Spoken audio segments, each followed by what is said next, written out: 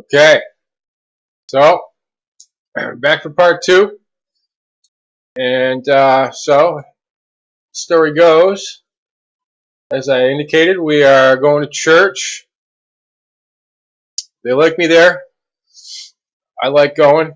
Uh, they like having a new face, someone who's eager to learn. You know, I already have a background in trying to do the right thing anyway, you know, be an upstanding person. Unfortunately, Ian would never know that, you know, and I'll talk more about how I failed him in another video. But we're in church.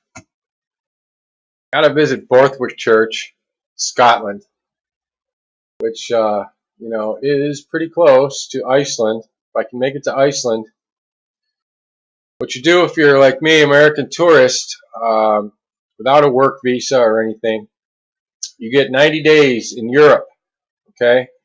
The Schengen countries. This is doing the Schengen shuffle. The UK here is not part of the Schengen area, okay, which is Iceland and most of Europe. So out of every 180 days, you get 90 days to be in this Schengen area, anywhere in Europe here, not the UK. So you do your 90 days, say in Iceland, or maybe I tour around some of these countries on the Eastern Bloc here. Some of my favorites are Lithuania, Poland, and Romania. Okay, lots of beautiful women in Ukraine, but they are actually so beautiful that they feel they deserve only the wealthiest, most materialistic Slavs that will step foot in their country. Belarus is another very beautiful country, but they are, it's really hard to get in and out of Belarus. They're all former Soviet republics. Not Romania. Romania has always remained sovereign from Russia, pretty sure. Part of that Vlad the Impaler thing, you know. He was fighting the Turks, I think, mostly, but Romania remains sovereign. That's why they have a Latin-based language instead of a Russian-based, like all of these others. So anyway, we do the Schengen shuffle between Iceland and Scotland, essentially. 90 days in Iceland, maybe a little vacation, some of these countries here. But then when the 90 days are up, we head to Scotland, visit Borthwick Church, Borthwick Castle. So how do we do that, right? No income. Well, there's hope for the kid.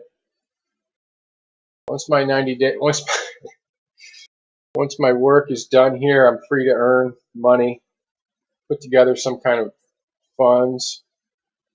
But essentially what I want to do with my life, Syracuse has got these houses. Oh, there's a little bit of indication that the kid has some painting skills, right? There's a room I just finished. We went a little bit neutral, you know, to attract the most people possible, you know, potential tenants. You got to go neutral, but it's not your average, you know, grandma's makeup beige. The walls are like a beautiful kind of it's kind of a Grey Poupon, right? A dark mustard. It's beautiful. And then I went with two-tone on the ceiling. The molding was already there, so I went with a cream color and a white. Here's the before, right? There's some of my patchwork to smooth out those walls. Got to have patience with that kind of stuff. Here's how they had some black on the ceiling, if you can see up here. And then there was orange. And you can see this red molding, just hideous. So we went, cleaned it up nicely. Kid's got some skills, you know. I'm painfully slow, but when it finally gets done. And so my goal, I need to meet the right person. wants to become a landlord. Syracuse has got tons of houses like these that are for sale. Basically, they're abandoned. You can buy them from the city for like the back taxes, you know. Something like a house like this would go for like 15 grand, you know. But you can't just step up to the plate with 15 grand. You have to show that you have money in the bank to get the house up to code, you know, plumbing and, you know, everything else, electric work. So a house like this would probably go for, like, I would say even 12 grand, right? But you need to have, say, 25 grand in the bank to show them that you have that money to do the renovation. So, you know, that's where you bring in the partner, right? I need to hook up with someone who wants to be a landlord. And it would be like a 3-person team. You know, you got your financial backer, right? Who all you would need would be money in the bank, you know, but and then enough to buy the house. And then you can do the renovation slowly, you know. Take 2 years to get that thing up to code. Going a little too slow, you get an extension. You know, they just want to see progress. Any house with this little sign here in the corner, if you can see this, that's the Syracuse Land Bank. And there's just endless houses, all big Victorians, all over Syracuse that are boarded up, just ready to be turned into rental properties. I would live in one, you know, and that's how I can attract the European wife, right? Like I'm a landlord. I'm on a team of we're landlords. We own a bunch of these houses. I would like to live in this one. I have another one I'm eyeballing. Well, that's a little church for sale. Can't see the sign there, but it's got the little sign. It's available. This one's probably 8 grand or something. You know, you might need 18, 20 grand to fix it up. So, beautiful old little church. I would love to live in that. Of course, I would put a snooker pool table in there, snooker table. You know, maybe get a little horse gambling parlor going. Here's the one, my goal. Oh, lovely. I haven't checked the price. There's your little land bank sign down here. So this is available from this organization. It's not the city, but it's like sponsored by the city, something. I would say this one might go for 30 grand, you know, no more than 40, right? And probably need about 40 or 50 in renovations. But goodness gracious. And what I would do is jam that stuff up. I would live in that house by myself with maybe 2 cats and a dog, right? And just wait to attract the right wife, you know, from Eastern Europe, of course, or Iceland or Scotland.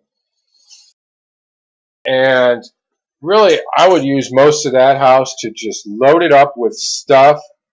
I would like to gather things from Craigslist, free section. Have you ever looked on Craigslist in the free stuff area? People are just dying to give stuff away for free. Either they're moving and they just don't have time to sell it, or just old couches, just get it out of my house, take it. Furniture.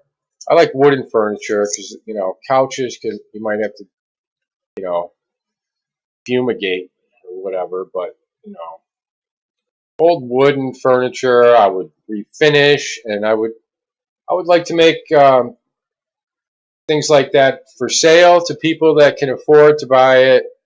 Or, you know, I would do some heavy donating.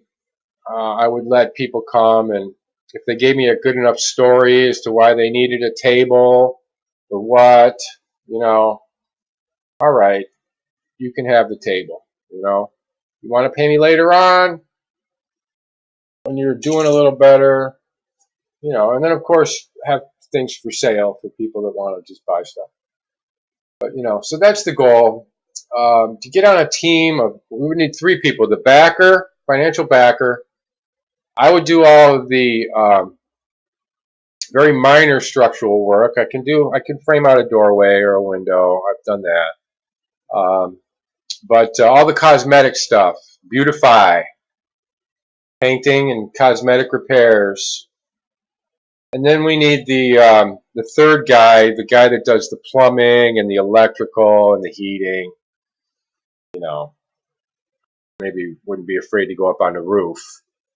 I can picture like kind of an older gentleman, maybe in his 50s, you know, not quite working full time, wants to be on the landlord team. That's, you know, we're not hopeless. We're not always going to be bartering for a place to stay. I just needed some time off from paying the bills. It just got to be too much. I fell behind, and I tried to dematerialize and get rid of all the bills for a little while, straighten out my head, you know.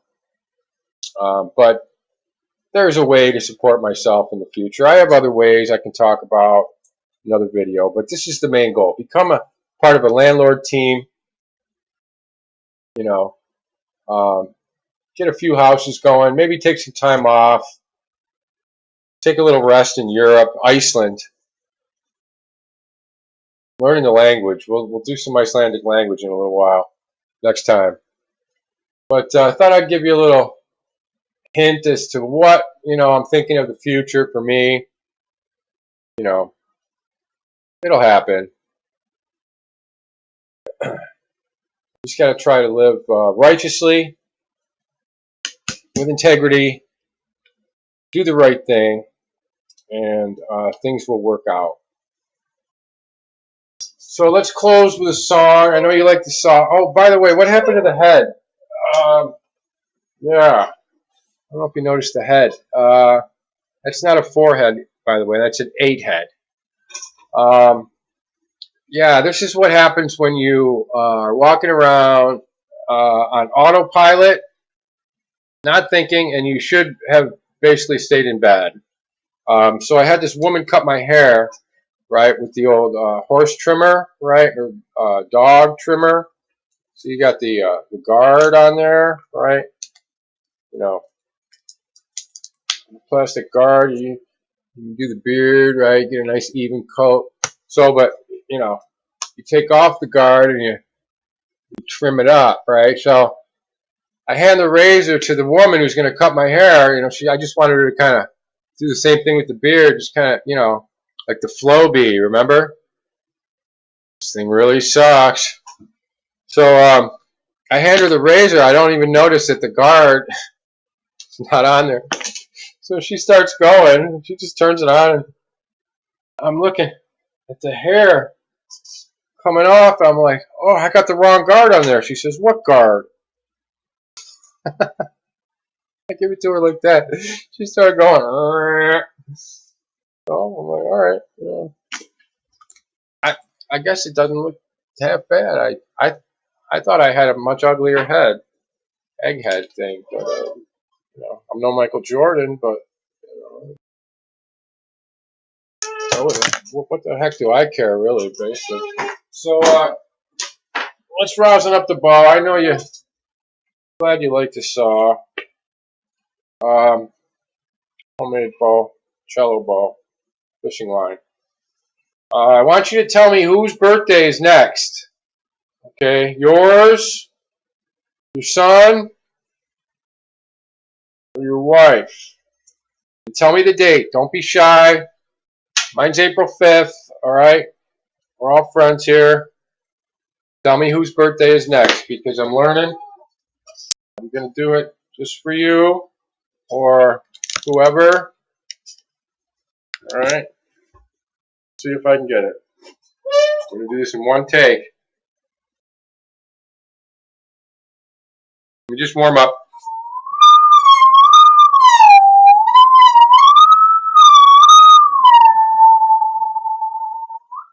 All right, so here it is.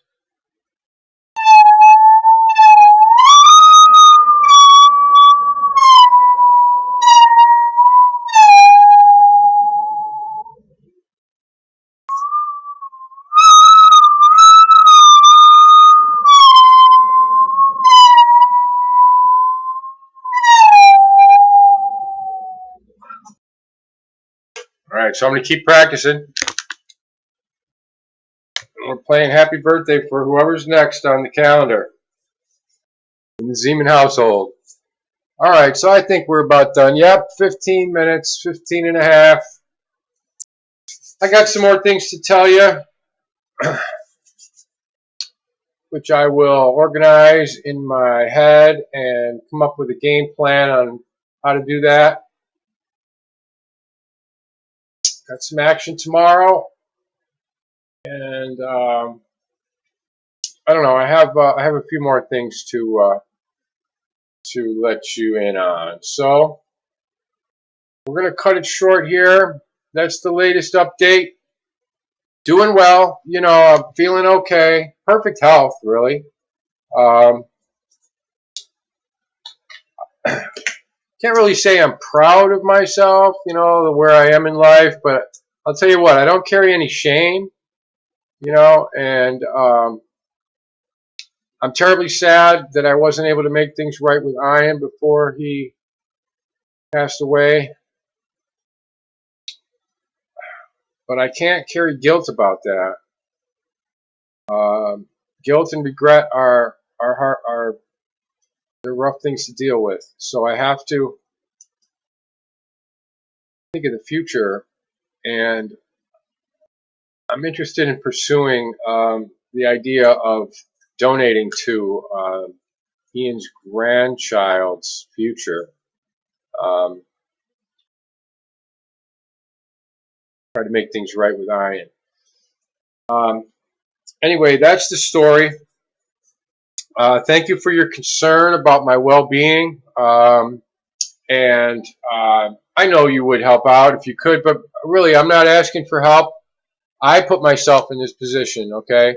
Nobody took anything from me. I didn't get in a car accident. I didn't lose all my possessions in a house fire. You know, I'm fully capable of working. So I put myself in this position, and I'm going to get myself out of it. I kind of needed a little time to, you know, clear my head. So I will keep you abreast. I have some more things to tell you sooner than later. And then I thank you for your interest in my situation. I'm going to keep you updated, my friend David. So we're going to call it quits this time. And I hope you enjoyed this.